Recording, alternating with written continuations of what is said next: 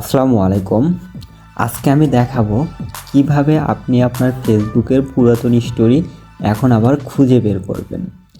এটা অনেকেরই প্রয়োজন হয়, অর্থাৎ সচরাচর অনেকেরই দরকার পড়ে, যার জন্য এই ভিডিওটা তৈরি করা। তো তার জন্য অবশ্যই অ্যাট ফার্স্ট চলে আসতে হবে আপনার ফেসবুকে। দেন এইখান থেকে আপনার এই যে প্রোফাইল আইকন দেখতে পাচ্ছেন, জাস্ট এখানে ক্লিক করতে হবে। তো আমি ক্লিক করে নিচ্ছি। দেন আপনাকে এইখানে এই যে মেমোরিজ নামে একটা অপশন পাবেন, জাস্ট এখানে ক্লিক করবেন। আমি ক্লিক করে নিচ্ছি। দেন আপনার সামনে এরকম একটা অপশন আসবে, জাস্ট এই যে উপরে একটা ঘড়ির মতো আইকন দেখছেন, জাস্ট এখানে ক্লিক করবেন।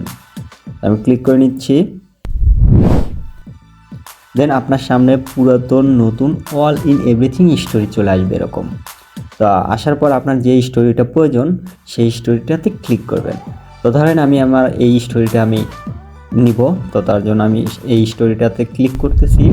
দেন আমার সামনে এরকম স্টোরি আসবে। আসার পর এই যে উপরে আপনার 3 ডট একটা আইকন দেখতে পাচ্ছেন, জাস্ট এখানে ক্লিক করবেন।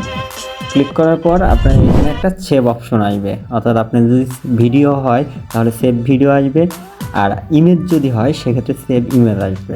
জাস্ট এখানে এই যে সেভ ভিডিও, জাস্ট এখানে ক্লিক করবেন, আপনার এই ভিডিওটা ডাউনলোড হয়ে যাবে।